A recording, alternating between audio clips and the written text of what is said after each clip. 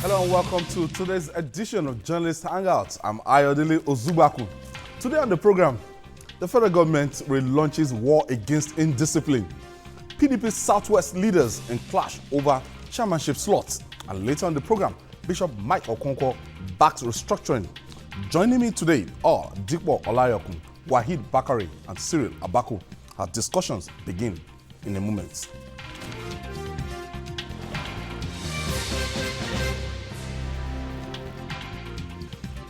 History has repeated itself. President Muhammadu Buhari has relaunched the war against indiscipline. That's Y Brigade, one of the most enduring legacies of his government during the military regime from 1983 to 1985. This was made known to the public by the Director General of the National Orientation Agency, Dr. Garba Abari, at the official relaunching of Y Brigade held in Abuja on Monday. He said that the Buhari administration decided to reintroduce the program for better performance in the fight against indiscipline and corruption, and also added that the body would aid the civil intelligence gathering in the area of insecurity, violence, kidnapping, and other forms of social vices. More than 30 years ago, the policy was criticized by most Nigerians for human rights abuses regarding freedom, justice, and equality. Will Nigerians not see this program as contradictory to the president's promise to respect of their fundamental human rights? Dikbo, let's set the ball rolling. When the president, some years back, was a military head of state, tell us about why. I'm sure by that time. Yes, interestingly, a lot of people attribute it to the then Chief of General Staff, who happens to some extent to be the arrowhead of the administration. How do I mean? It's like he was the one that was articulating the policies of the government then. So a lot of people still have that belief that whatever might be the policy of that government was single-handedly introduced by Tunde Diagbon. You have to look at where we were coming from before the administration came on board. Nigeria, as at that time under the civilian regime of Alhaji Shehu Shagari, just like the immediate past regime of government of Dr. Jonathan, had so many things in common. And interestingly, Nigerians seem to see indiscipline as part of our way. Let me just, as a way of life rather, let me just give an instance before we continue with the historical perspective. If you are driving in Lagos, on Lagos roads, and you want to follow the traffic rules or regulations, even your colleagues, who are by any standard are educated and enlightened, you want to follow maybe the amber light that stops you, they say, go, go, go, go, go. We are in Nigeria, we are in People Lagos. behind you. Yes. If you don't decide, if you don't want to follow the wrong way, friends that are even educated, enlightened will tell you, somebody is following, why don't you go? So Nigerians have seen indiscipline as a way of life. Now back to the history of how Y came on board. We were coming from the regime of the civilians that allowed anything to just go. Because more often than not, the civilian administrations don't want to ruffle the weather because of the fear that, oh, perhaps these people would not vote for us. So that was in circumstances that brought about the Buhari-Diagbon regime. There was massive corruption, massive that can only be defeated by the Babangida and the Jonathan era. There was gross indiscipline in every sphere of life. Can only be defeated by that era? Yes, Babangida and Jonathan era. There was Sani Abacha. So it became so worrisome that a lot of people said, can we continue like this? So it was on the basis of that, when they came up with war against indiscipline. Later they introduced, I think one other administration introduced corruption to it. It became war against indiscipline and corruption. Yes, because we were operating under a military regime. The issue of rule of law were thrown to the winds. A lot of people's rights, to some extent, were abridged. But for us to now conclude that the introduction of war against indiscipline is a war against the rule of law, I don't believe it. Because rule of law does not mean indiscipline. Wahid, according to Alhaji Lai Mohammed, the Minister of Information, they said this is to instill public morality and social order. Well, there's nothing wrong in introducing the program all over again, because the things that led to it in 1984, there is no doubt about it that they are still with us. A situation whereby you are driving, like Deepo rightly said, you still see commercial bus driver, driving against traffic. You go to the police station, it is written on the wall that bail is actually free. But I can assure you that there's no way you have to part with something. You have to part with something. Although I've had cases whereby I stood my ground, and I said I won't pay anything, and I was able to have my way. But that's because I'm a journalist. They know the implication of insisting that you should bring money. I've done that in the past. So there's no doubt about it. Our value system, has not really changed like that. The level of morality has even, sink deeper. And the major problem we have in this country is that of indiscipline and corruption, which are like double-edged sword that have been piercing the soul of our nation for years. So I think it is high time we do something about it. That's the way I feel about it, the whole thing. Sorry. Yeah, well, Dakpo, I am sorry. I am. I think that in the past 24 or so hours, we've seen a lot of debate on social media. We've had Nigerians debating back and forth. I do not think that whatever the problems Nigeria has today requires a solution that failed in 1984, okay, for a variety of reasons. Yes, we know that there is need for us to instill public order. There is need for us to fight corruption. There is need for us to tackle a lot of issues. But you see, creating another tier of bureaucracy may not necessarily be the way out. If you know what Y did in 1984, you know what I mean, and understanding that this is the same Buhari who has come back. Under him, we have had bodies like the DSS, like the police, and disobeying court orders and all of that. If Y is coming back, are they going to be better funded? Because I mean, everything Y is going to do, you have the NSCDC, you have the Nigerian Police Force, you have the Nigerian Vigilante, interventionist force. So I'm thinking, what is Y coming to do differently? Since the president said was going to be recruiting about 5,000 to 10,000 police, new police officers, why don't we incorporate this into a broader policy approach?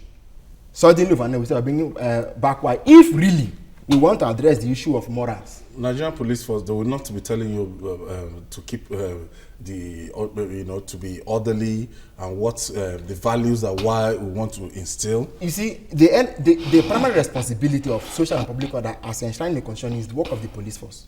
Okay? But now we have another issue. So if at all we are talking about the issue of morals and public disobedience to rules and regulations, the body that is primarily, and this is not something that you're going to enforce from outside in.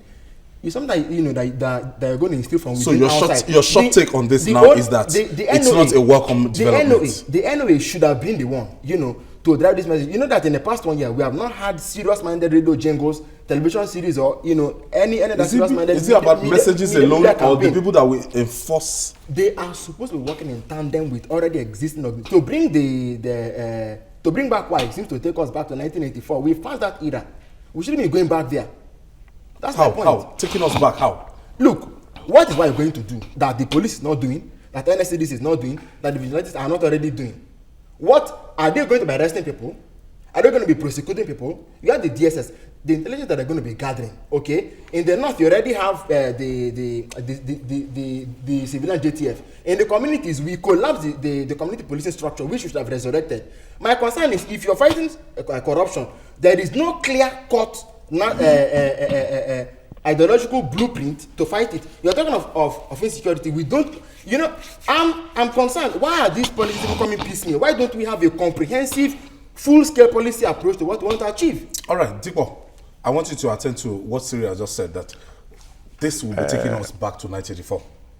If it has to take us back to 1984, I think it's welcomed. Because many people who have been discussing the history of Nigeria believed that one of the greatest disservice to Nigeria was the coming of Babangida administration, because the administration put a halt to some of the new things that would have helped Nigeria to get out of where we are still present today, like what he said. That why it failed, I wouldn't know how Siri got that impression. Because what really happened to why was that the moment Babangida came in, it's like all forms of indiscipline and corruption were as formalized and institutionalized. During the Y era. That would not be too fair. No, you can just go back into history. Just go back into history. During the Y era, that the up to today, the government made a formal. Oh, it was institutionalized. The issue of corruption and the issue of indiscipline institutionalized. Before another day is a discussion another day. But now to the issue of why. If you get to some bus stops today, you will still see that I'm very much aware of Ishaga, and I'm very much conversant with Ojuelegba. There are some locations or spots you get to Ojuelegba today, whether buses are around or not, people will get there and fall in line. It started in 1984. And people, when you get there and say, even before this thing was launched yesterday, the moment you fall in, they will say, why you? It reminds you of, that means you have to join the queue. But unfortunately, the Babangida administration came before this thing had really sank into the psyche of an average Nigerian. So the moment he came, because the thing had not really gone down, the moment he came, the thing disappeared from Nigerians' thinking and then psyche. Because it gives some of us a lot of concern. When you travel to some other countries, not even far from Nigeria, go to Benin Republic, go to countries that are surrounding this country. Take the Nigerian driver. I have watched this thing, and that's why I'm commenting on this. Take a typical Nigerian driver. The moment a typical Nigerian driver crosses the Seme border or Jiroko border, you look at the way he behaves. He behaves as if he knows there's a law that must be followed. But that same person, the moment he crosses back to Nigeria, behaves, they will say Nigerian factor. There was some years back, I was doing a program on MBI. I was the producer. There's this man, Doctor, I can't remember either Oya or Ya. He was the one promoting this Anioma stuff, this Delta State stuff. He was even the president of this Anioma movement in the America. And the man came on my program one day. Each time he was in Nigeria, he would come on my program. He said he noticed something. That take the same set of passengers that are living in America. When they get to America, when they were in America, they will form a queue as they are entering the shuttle bus that will take them to their aircraft. But the moment they touch down in Nigeria, they become uncontrollable. This man was saying this about 15, 16 years ago. And the thing still persisted. Ayo, go to Nigerian airport today. You will be amazed at the level of indiscipline and lack of decorum that our people display. But let them go to the Benin Republic. They behave using the language of Nigerians. Because the point is, they believe that there is a law there. That means indiscipline is not part of us. The reason why we are exhibiting indiscipline is because we believe nobody is going to arrest us. You get to the traffic light that has stopped you. So what would this brigade be doing now? Fine. How would it affect? Yes, because when you are talking about brigade, it is not about arresting. It is not about enforcing. It is about creating that awareness. Because, for example, let me give an instance. If you are doing something today and you see Kai in Lagos, it reminds you that, perhaps I am a trader. I am on the street. That's true. I think so similar to what the Kai Brigade. Yes. That is why I am very happy. Though I have not read much about it. If you go along Ojota Road now, you will see the Kai people there. Like people dare not. That the president has introduced is under NOA. Because from the look of things, that means you have to look at where we're coming from. Yes, enlightenment. That's exactly what is important. Don't forget that immediately why it crumbled, Babangida was looking for a way out. He came up with MAMSA. But the MAMSA, the thing was not logically programmed. That's why the thing failed. So all of a sudden, after MAMSA, NOA came. All of us were geared towards addressing the same problem. The same problem of which I think the last time I came, we were discussing the issue of restructuring. The same problem of restructuring the attitude and the mind of an average Nigerian. That this is not the best way to do it. You can do it better. You can, if you get to if you get to banks, you get to post office, you will see people forming the queue. If you get to bus stop, people forming the queue instead of people breaking the queue. So I think what matters most is we don't have to preempt them. That they have created a brigade does not mean it will be going about enforcing. We should wait for the Perhaps framework. it is just to create that awareness. Wahid, it depends on the training they're going to give them. Your intervention on this? Yes, I understand the fear of Siri. You know, going by what happened in 1984, whereby a lot of soldiers, you know, they abuse, you know, they abuse a lot of Nigerians, you know, under the pretext of the need for them to instill discipline. But I can assure you that we are not likely to have that here. The reason is that, you know, that one was under military regime. And like we all know, military regime is an aberration. So it should be expected that there will be a lot of aberrant behaviors, you know, under the military. But this is a civilian regime. Perhaps I think what they have in mind, like he said, we should not preempt them. They have not really come out to tell us how it will work. But I think with the inclusion of NOA, perhaps they want to take us back to that era, whereby you continue to see a lot of you hear jingles on the radio, you see a lot of things on the television, just to awaken our consciousness that discipline is the only way out. You know, I don't think they will go about, you know, arresting people.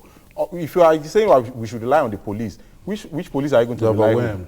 Yes, but which police are we going to rely on? We cannot really rely on police to do some of this thing, because the level of indiscipline in the police, we even shock you. You know, perhaps this is also an avenue for them to create employment for people. But I think, like he said, we don't need to preempt them. We don't need to assume that it's going to take the same format like we had in 1984, because this one is a democratic setting.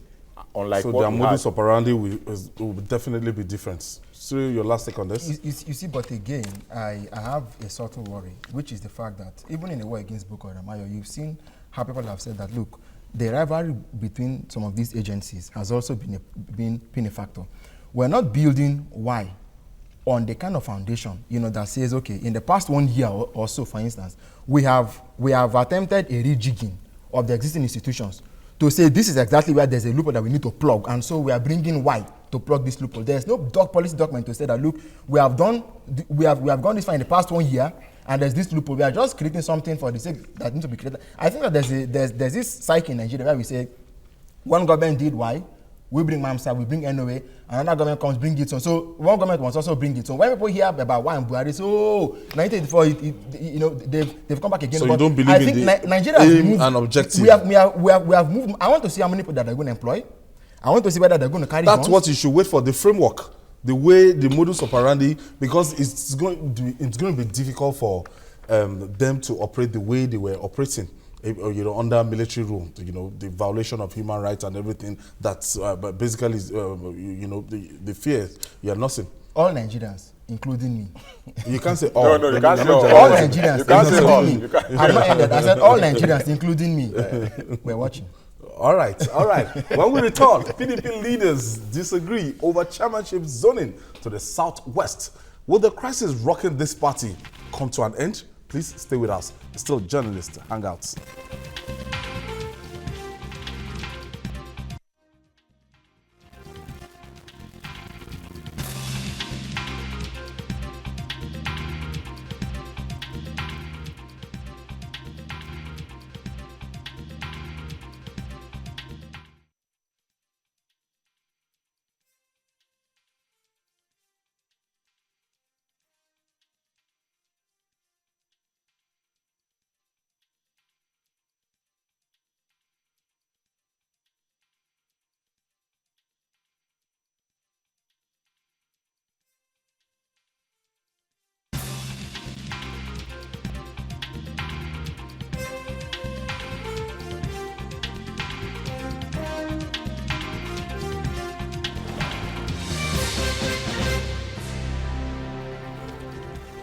Welcome back. Preparations are vastly ongoing ahead of upcoming PDP's fresh convention scheduled to hold next Wednesday. The party had on July the 26th zoned the chairmanship post to the south, which can either be southwest, southeast, or south-south. But I will tell you, they've narrowed it down to the southwest geopolitical zone. Now, the southern part, led by Deputy Senate President Ike Ekweremadu, met in Port Harcourt last Thursday, where it was agreed that the position of the national chairman of the party be zoned to southwest, which was later pegged in between, that is Lagos and Ogun states. The new arrangement has now streamlined the position of the national chairman of the People's Democratic Party to 3 individuals. The former governor of Ogun State, Otunba Gbenga Daniel, who is the only aspirant from the state, Chief Olabode George, that's from Lagos State, and Jimmy Agbaje, both from Lagos State. When will PDP become crisis-free? Let's go to the nitty-gritty of this. it was zoned to the south. I watched the visit of the Ahmed McAfee-led committee yesterday. Alego Dopasi, the chairman of Dark Communication PLC, visited him and they said it's opened and exposed. So to get a firm grip or at least a better understanding of what we're trying to say, let me just give you this package. This was the meeting that the People's Democratic Party that was held in Akure yesterday, that's Ondo State. After the meeting, which lasted for more than 3 hours, the leaders came up with a zoning arrangement. The leaders of the zone who converge on Government House Akure Ondo State agreed that Ogun and Lagos State should produce the national chairman of the party. They also asked Ekiti and Ondo States to produce the national treasurer for the party, while Oyo and Osun States were told to produce a candidate for the position of the National Publicity Secretary. Though the meeting was expected to specifically zone the positions to specific states, the differences that were displayed at the meeting made the zone to set up a 6-man committee to decide finally those states that will present candidates for the various positions. The Southwest chairman of the party, Eddie Olafeso, who addressed journalists after the storming session, said the party leadership will continue to dialogue with the aggrieved people. As at this moment, the leaders zoned to Lagos State and Ogun State the chairmanship of the party, and we've been mandated a committee on reconciliation. A 6-man committee on reconciliation have been mandated to speak with everybody. Equally, the treasurer of the party to Ekiti and Ondo Aziz, while Osun and Oyo will pick the national publicity secretary of the position. I'm happy that he made very, very sensible recommendations, and we are all happy going home. And the committee that has been set up, you've been told. So we'll work on that. So it shows that the party is not just open-ended. Some aspirants for the position of the national chairman kick against the zoning arrangement. The aspirants were former Minister of Education, Professor Tunde Adeniran, and the former Minister of Sports, Professor Taoid Adedoya. Your state delegates disagreed with the zoning because I am the sole candidate for your state. I do not agree with it, and I'm going ahead to contest for the position of national chairman. Let us go and test ourselves on the field and get Nigeria to get the best people, because integrity, credibility is important to lead our party to desired land. With the inconclusive nature of the meeting, it is hoped that the party will put its house in order before the party's national convention. Ayodeji Morade, your TVC News, Akure, Ondo State.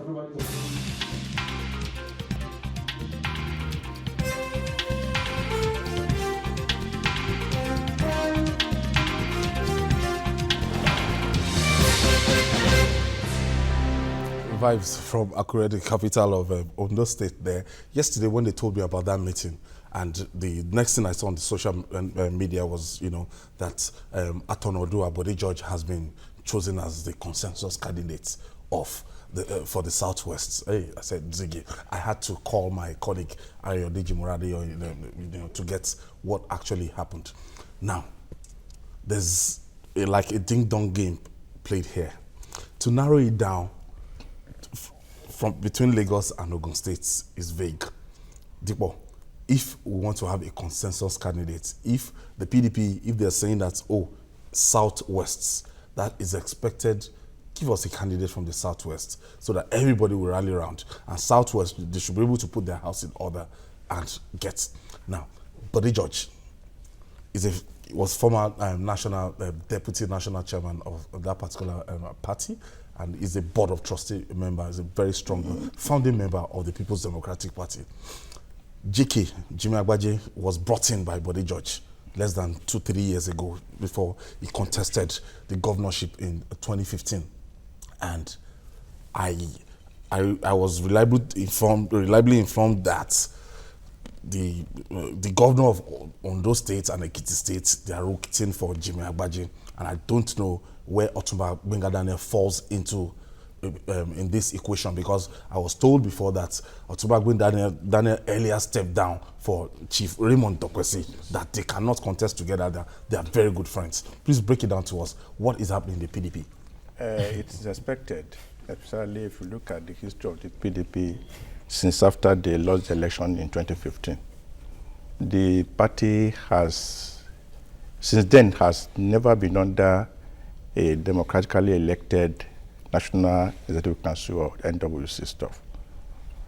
But unfortunately, it's like PDP didn't know what they wanted initially. That was why all this problem started. Because, immediately after they lost the election, they constituted this Ekweremadu committee. Reconciliation. As to reconciliation and then what were the factors that made them to lose the election. And they did not come out openly to say it, though at one time or the other, Governor Fayose said it. They came to the conclusion that they lost the election because they fielded somebody from the south. And they concluded that come 2019, they were going to get somebody from the north. To give that means the issue of national chairmanship of the party automatically becomes the exclusive preserve of the south. But unfortunately, because politicians, 24 hours in politics is like an eternity. They have their own permutation.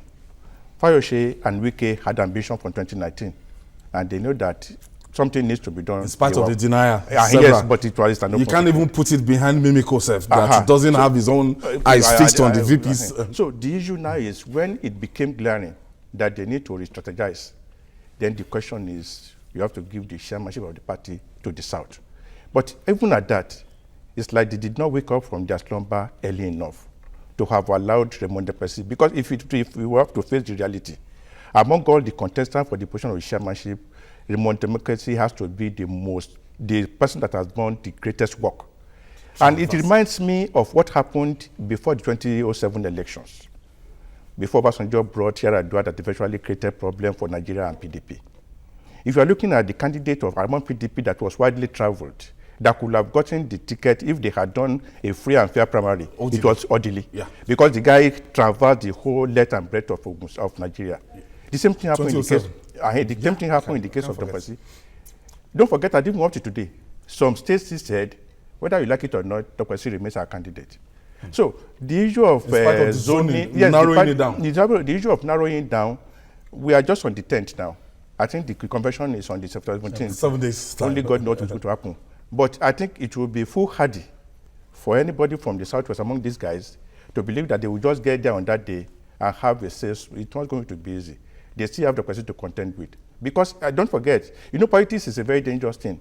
I read an interview by one of this NWC or committee, this transition committee of what's the name, McAfee, that says the advice, what they gave as the zoning, is just an advice. If you think you have enough crowd to contest, come into the ring. So I think what is going to happen on that day, even if it is zoned, or if somebody is penciled down as a consensus candidate, the person needs to do a lot of work. A lot of work in the sense that a lot of work to cover, if not overtake, what the person has done. But I think Agbaje is doing that because while they were meeting in Akure, I think Agbaje was somewhere in Imo State, where he got endorsement of those people. It's still going to be very, very interesting. Between Agbaje and Aton Oduah, that is Chief Olabode George. Well, it's going to be very tough. It's put on the spot. Tough in the sense that, like we all know, is a body judge that actually brought in Jimmy Agbaje. But if you remember very well that immediately after the election, their relationship, went sour somehow, in the sense that some party members did not like the way Jimmy Agbaje congratulated Ambode. And immediately after he got the ticket, the first thing he did was that he stopped, relating directly with Bode George. He was rather, talking to the presidency direct, and a lot of people are not happy with that, and up to now they still felt that you don't have the right to bite the fingers that actually fed you. But in politics, well, it's on record that the People's Democratic Party actually took Governor Ambode to the tribunal, and I think this spanned till the Supreme Court. But if you remember, initially, Jimmy Agbaje was not part of it. He said he won't be part of it. He congratulated him immediately, and for that, the party did not like him, and that has been on for a while. But in politics, it doesn't work like that. You can't say, because he has been given the assurance that he's going to get the backings of governors from the South and Southeast. Remember that there was a meeting last Thursday in Port Harcourt. It was there and then that they now finalized that arrangement. That don't worry, we are going to support you. They've given him that assurance. They have assured him that he's going to get For Jimmy Agbaje. For Jimmy Agbaje. And the governors, like one of the, like we already said, the governors, at least one or two of them, they have this ambition. And there is this fear that if they have somebody like Bode George as national chairman, this is somebody that has a larger than life size. Yeah. He's well experienced. He has a vast experience compared to Jimmy Agbaje. Ordinarily, if you have to go by this axiom that experience is the best teacher, between Jimmy Agbaje and Bode George, of course, Bode George is the obvious choice. But that fear and that personal ambition of some governors, that is the reason why they don't want to back Bode George. We'll go for the good boy. For the good boy, somebody that can easily control. He's a gentleman. He's not the typical Nigerian politician that we all know. Unlike Bode George is, he has this larger than life size of a thing. He's well experienced. It's difficult to cut him to size. It will be difficult for you to control him, to push him around. So they prefer that if you have somebody like that, they can easily push him around. He can do their bidding. That's why they are saying we are rooting for him. So they have given him that assurance. They have given him that assurance. That's why he's going ahead with his candidature. Cyril, let's look at the influence of the state governors in this equation. In terms of delegates, you can tell me that for it's a given. Governor Ayo Fayose will just tell his delegate from Ekiti State, this is where to go, and that will be it, 100%. Mimiko will do the same thing. Now, let's see, in terms of clout, in terms of they are like the leaders in the Southwest right now for the People's Democratic Party, how would their influence rub off on any candidate? I think before I came on the air, there was a particular statement that was issued, which I read. One Southwest consultative group in the PDP threatening the southern governors, saying, stay away from our internal affairs. Don't back Jimmy Agbaje and co. Therefore, Bode George and all of that. I think that if August 17 events of August 17 are going to happen as a matter of course, then it means that Jimmy Agbaje is most likely on his way to becoming the chairman of the party, because apparently the governors in the South as well as those in the Southeast, that's a huge block going to Jimmy Agbaje. But my concern is beyond the intra-party permutations. I think that for the sanctity of opposition politics in Nigeria, some of these people who, we know too well to be carrying a lot of corruption baggage. At one time or the other, that if this person emerges, regardless of the person's clout and weight, they are going to send the attack doors of government against them, and it's not going to... No, depend on what you mean. If you are talking about Chief Olabode George, the Supreme Court has acquitted him. That morality. Morality is different from law. And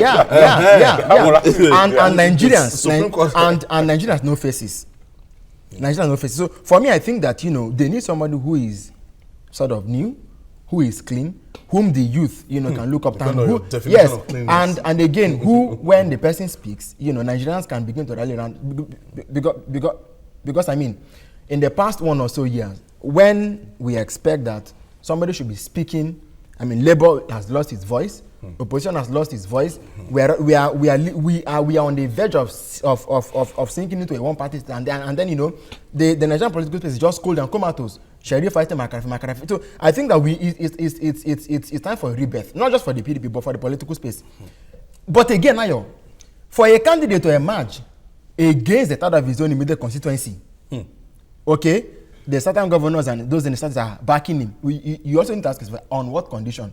That's how Obasanjo in 1998 got the ticket in Jos. He didn't have home base. It was the North and perhaps other regions that came together and gave him the ticket. It created some crisis for him at a point in time. Later on, we had the AD breaking up and then the PDP. So I'm just looking at it because if Jimmy Agbaje is going to be there, and like Benga said, right, the likelihood of him not being, a blockade to anybody's ambition, does that mean that anybody can ride shot over him when push comes to shove? So I think that Jimmy Agbaje, I know. I think it's not somebody you can push around. That's it's not. But in politics, you have to look at the factors. Some people they will give you, before getting to that office, the impression is this. cool, gentle man. It's just like somebody was talking about Governor Akinwumi Ambode. You know, before when he was campaigning, a lot of people, you know, they were very gentle, calm man. But the way he has gone about governance in Lagos State will give you no doubt, will tell you that he is in charge. There's the need for you to look at the circumstances in which PDP find itself now. It is going to be very, very difficult for somebody who is not firm and who doesn't have his own clout that he can easily fall back on if problem comes to assume the leadership of PDP now.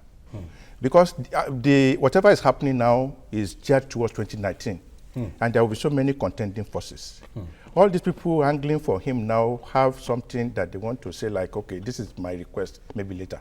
And you need somebody of firm conviction, somebody who is already experienced, who knows how to tap to some areas where he can say, okay, I am going into crisis, let us remember the old days. So I think the Agbaje stuff, I am still not convinced that it's going to sail through. Because I can see a lot of forces still coming up. Yes, immediately after the Kremadu submitted the report, the sing-song among the PDP top shot is that we must return PDP to Nigeria. Okay, I have my first caller. I'll come back to you, Dipo. Adamu is calling from Borno State. Benue State. Thank you so much for joining us, Adamu. Good evening, Ario. Good evening, Adamu. Yeah, I greet the entire house and thanks for the job well done.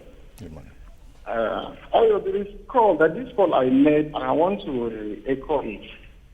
Please give us more time of participation in this program. Okay. All right, noted. I'm sure my producers. My producer. I'm sure that is has noted that. My contribution will go to the previous topic that we discussed concerning war against indiscipline. You know, this is era of insecurity, violence, kidnapping, and other social vices. I think it's a welcome development. But just as the way you guys analyze in the studio, it's very good to caution the brigade about the role of, how do we call it, this, the way to dehumanize human rights. You know, they abuse it anyhow. I'm talking about the current security people we have, the soldiers in the Nigerian police. How much more of these people that they will recruit in no time to carry out this task? If you are not careful, they will make the condition worse than what is happening. Imagine, in those days that Buhari introduced this, Nigeria was okay, they don't even involve soldiers on this and that. Now soldiers, police, they don't even control the situation in the country. Those are with managerial capability. But now if you bring these people, I know they'll give them short-term training. All right, thank you, Adamu. Thank you for your contribution. Talking about war against indiscipline. So what we're saying in essence is that a lot of things can still happen between now and August 17. Because I don't see Dr. C just sitting down saying, yo, the game is over. Are you getting? Because he has campaigned as if he has campaigned as if he's running for the presidency of a country. He has introduced a kind of a new style. Since 1999, it was just a matter of an Obasanjo anointing the candidate. This is who I want. Yes. For the first time, the landscape chairmanship candidate going all over, and that is he has introduced that kind of novel, going round the states and everything. So if you look at all these things, no matter whoever emerges at the end of the day, there's going to be a lot of horse trading. And the issue is, will that person be his own man at the end of the day? Where is Otumba Gbenga Daniel in all this? Well, I'm surprised that he's back in the race, because what I learned was that he stepped down for Dr. C. Yes, under the pretext that we are friends, I can't go for it. But for the fact that Dr. C has been technically knocked out, maybe that's why he came in. And for the fact that it has now been narrowed down to Ogun and Lagos State, perhaps that may be a sort of encouragement for him to say, okay, let me even come back and try my luck. If not, he has said he has not even come out to say he's going. I've not seen that. I've not seen anything to show that he's going to because you said Jimmy went to Imo State. Yes, Jimmy was in Imo State yesterday, and he was giving that assurance that the delegates they will vote for him, en masse. So the issue of Gbenga Daniel, I'm not too sure about it. that Gbenga Daniel want to join the race. Okay, we'll try to reach out to unless you want to read the Otumba structure Gbenga built Daniel. by Dokpesi. You know, politicians, they do a lot of things. We'll try to reach out to The Otumba Dokpesi Gbenga is still Daniel in to the race. know Dokpesi is still in the race. he's actually in He's the not ready race. to back at out. all, because when He's the not thing ready was to back zoned, he out. was And the some first people person even said- some people that even picked said that his nomination from. What Markafi actually said by saying that the zoning, is not limited to a particular zone like that. That is just for the south. So whether you are from southeast or from the southwest or from the south, you are eligible to contest. Some people are of the belief that perhaps is a way of scuttling the ambition of a southwesterner of becoming Don't forget the that national former chairman. Senate President David Mark, in his press release yesterday, said, "Look, Imposition is no very imposition dangerous. of candidates. Allow people to go." So on because field of that, I and- think the coast is still clear for everybody. for all of them, especially for Dokpesi, because you never can tell. The Northerners, what if they all decide to go for Dokpesi? Okay, Mahmoud is calling us from Lagos. Yeah, good evening, how are you? Good evening, Mahmoud. Thank you for joining us. Yeah, thanks for all of you. They are doing a very good job. Is it this your former topic of war against the discipline? Okay. The other guy by the right, I think he just spoke my mind. He spoke what I wanted to say. Okay. The one that was launched by the the president of state, that is the president of Buhari and the late Jagbon, was a very, very good something. Very, very good something for Nigeria. And the Nigeria followed suit. But as soon as Babangida overtook the regime of Buhari, the Nigeria just nosedive. It was conflict on upside down. Indiscipline and corruption took center stage. That is just by the way. By this time around, we wish the present regime good luck. Maybe they will get it this time around again. And then Nigeria will come to their senses. And may God wish us luck. Secondly, this PDP. The sleaze that happened these 6 years, we will never allow them to come together. Well, we have to put people there, people like Dokpesi and some people who want to come as chairman. Mahmoud, thank you. Thank you for your contribution, Mahmoud. It's a vibrant proposition.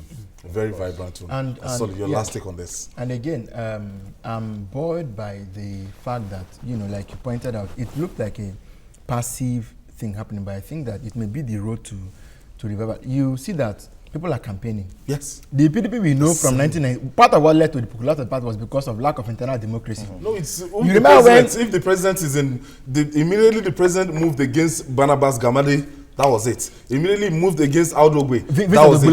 Immediately moved against Ogbulafo. He was gone. Audogbe. So again, yes. So, but again, you see, in putting principle against over and above politics, we might want to urge the voters, the delegates that when push comes to shove, they should look at those who have the passion to serve the party. Gentlemen, I don't want us to forget that this convention might be holding ultra-various. we still have a justice urban injunction, and we still have. No, the injunction didn't stop the convention. But the issue is legitimacy. Yes, legitimacy. Whatever they are going to do, who has the right to call for a convention? That will be after the convention. But there is no. No, that won't be after the convention. The status quo now, according to what I gathered from inside sources, that the meeting former President Goodluck Jonathan held with the Board of Trustees, it was discussed that, look, the best way out of this thing, when you are talking about legality, if you are talking about, they have 15 court cases as a litigation against for this leadership this thing. And they're saying that, look, it's best you try to reconcile with McAfee. Sharif. Amadou Sharif. Amadou Sharif, because they've set up a committee led by Professor Jerry Garner, Reconciliation Committee, to try and bring them together before next week, Wednesday. Because when they're talking about legality, they're talking about the papers that what Sharif is carrying, might be more of legitimacy. See what I think. This is the PDP. They are used to this kind of things. Court orders, counter court orders, particularly from that they can get something against from the federal high court. So let's just give it to them, and let's watch how the drama unfolds. Next week Wednesday. Moving on now, the current stand of the present administration on the fight against corruption and restructuring has been criticized by some notable Nigerians, while some others have seen it as a good move towards socio-economic development of the country. The likes of Abubakar Atiku, Femi Falana, Itse Sage, amongst others, have spoken in support of restructuring the nation. The presiding bishop of the Redeemed Evangelical Mission, Dr. Mike Okonkwo, has joined the lists of the people who called for restructuring. He believes that the anti-corruption fight of the current administration will only be meaningful if indicted treasury looters are jailed. Gentlemen, do you agree with this? Jailing alleged looters has nothing to do with restructuring. It has nothing to do. What is more important, and maybe that's why it's about bringing into the Nigerian society, is how do we work on the attitude, on the mind of an average Nigerian. There's no amount of restructuring we can do. Look at what happened to some of the governors that left office in 2007. Tipo, let me just, so that we get a better perspective of this, play this package. When we come back, we'll talk more on what we think depends on your own definition of restructuring.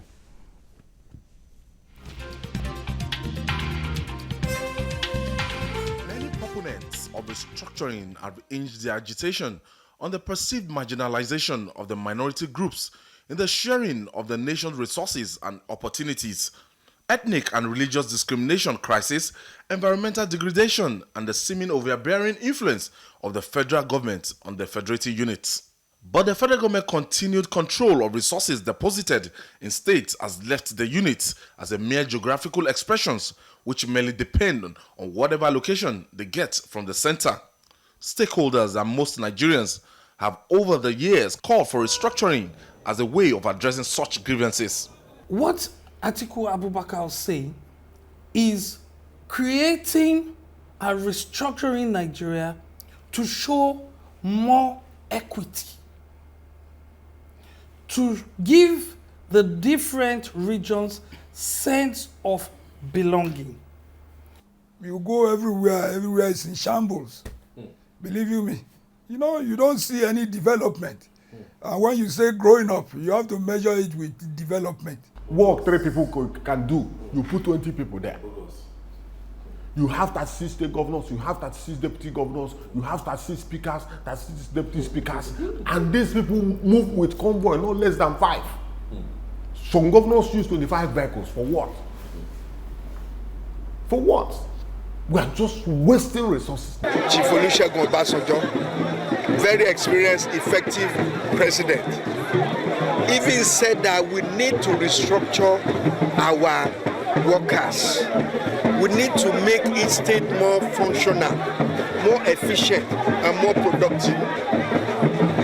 We have too many workers that are not doing anything.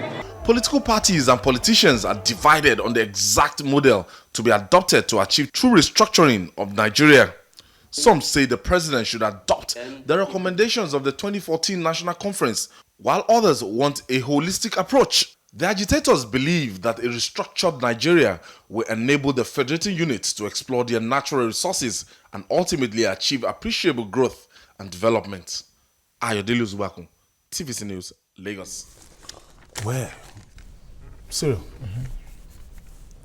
Well, again, we've listened to the package, very informative. What I would say is that I have to be very honest with you. To fight corruption in Nigeria is to restructure. Okay. That is the primary, that has to be your gambit. That has to be your opening. Break it down. Because you see, the corruption in Nigeria today is vested mostly in the federal government. Because 52%. Because there is too much money at the center. Under the pretext and under the guise that we are taking on the responsibilities to put in the central government, all the money and everything is there. So everybody wants to be at the center. That's why the clamor for the presidency is a very, in fact, you know, has become the hottest potato in the land. Which is why we are saying that, look, the owners of development should drive development. Let me give you where I come from. The Niger Delta, for instance. People say that your governors are corrupt. Agitators. The latest that, you know, I mean, with 13%. They're giving you trillions. Yes, with 13%, they've not done anything. You have NDDC, you have the Minister of National Affairs, yes. you have Dompadek. Yeah. But have you asked yourself the question that all of these things, all of these peanuts that you see around, from the ministry to the NDDC, all of them, they are interventionist mechanisms. The government knows, or those who have been in power know, that rather than give them what belongs to them for self-determination, they call a few persons and say, look, let's give you this. So even when an IOC goes to a particular village, instead of doing what is right, they'll settle the youth, settle the kings, settle the person. So we have come into a settlement mentality. Unpadek and NDDC all means of let's allay the fears a little. Let's just do something. Why is the Nigerian state not bold enough to say that, look, as it was between 46 and 66, let us look inwards again and say, okay, people who are owners of development, those are the grassroots. Look at a constitution that says that the local government areas are numbered. So the federal government creates local government for areas for states. Why can't we say, okay, states or regions, whether we're going to have business. It's your business. What do you have? Tap into what you have. Give us some tax on it and develop yourself. That's the best way to go. Still, okay, Wahib, let me get your perspective on this. You know, when we talk about restructuring, there's this misconception about it. When you talk about restructuring, some people assume that you are saying that the country should be divided. It is not so. You can't say you are practicing federalism when you are doing the opposite. Situation whereby the unitary system of government. The states have become so lazy. The governors cannot put on their thinking caps. They can't think of how to generate revenue other than to wait for Abuja every month. They go there, and you can see what is happening now. Because of that, we have a drastic drop in revenue. That's why we are experiencing what we are experiencing today. But in a true federal system of government, that wouldn't be. Each state has the opportunity of developing at its own pace. Why can't we allow them to control whatever resources they have and let them pay whatever they can, whatever is agreed on to the center? Like he rightly said, you know, but why we have this pervasive corruption is because of the fact that you have exposed our politicians to so much money. They have so much money around them to toy with. Dipo, are we going to say if we restructure Nigeria now, it's going to solve our problem? No. It's far from it. Because the same people that are practicing what we are happening to today are the ones that will practice the restructuring. Cyril is talking about giving that what we have at the center is because of there is massive money there, there is massive correction.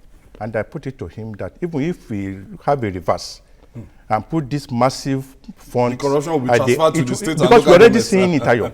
It's already there. That is why some states, listen, that is why some states who let's take Bayelsa as an example. Bayelsa collects derivation. Bayelsa is part of NDDC. But the point is, Bayelsa with 8 local government is still owing salaries. Whereas we have this man in Akwa Ibom with his 13%. Go to Akwa Ibom. See what this guy has done in Akwa Ibom. Go to Delta that have been collecting. So it has to do with the person. It has to do with the attitude of the person who is in government. And don't forget that before this man got there, there was an attack that was collecting the same amount of money. What did you see in Akwa Ibom? So what should be the attitude of Nigerians is, most importantly, the restructuring the attitude of an average Nigerian politician. Because if you have a reverse, I will say it, put 52% of Nigerian resources at the hands of the governors, my brother, you will not see anything. They will freeze the money away until we have a change of attitude that government is service to the people. So, corruption, like I said earlier, is a general Nigerian problem. State governors are owing salaries. The populations have not changed. Given the same circumstances, given the same workers that they have to pay, where they are receiving less money and are performing the same way, how could you blame? But what I'm saying is this, Ayo, all what we have been doing in the past 5 years is to call a few people and say, your people are short, let's give you some things. Let's give you NDDC, let's do this and that. Why are we not bold enough to say that if the Constitution guarantees that we should be a federal state, let us look at the areas that make us unitary and federalize and ensure that wealth goes round. That is the way to restructure. It's simple. Your final take on this? I think I'm on the same page with him. If you want to practice federalism, let us practice federalism in the real sense of federalism. You can't be pretending to be practicing federalism and you are doing unitary system of government. It won't work. Yeah, it is very, very necessary for Nigerian politicians to have a change of attitude. That is the beginning of any development we want. It's very simple.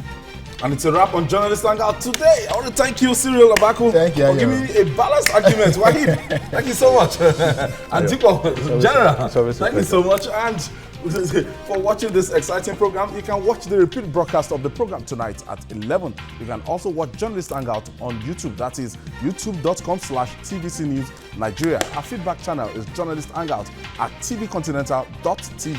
I'm Ayodele Uzubaku. Bye for now. See you tomorrow.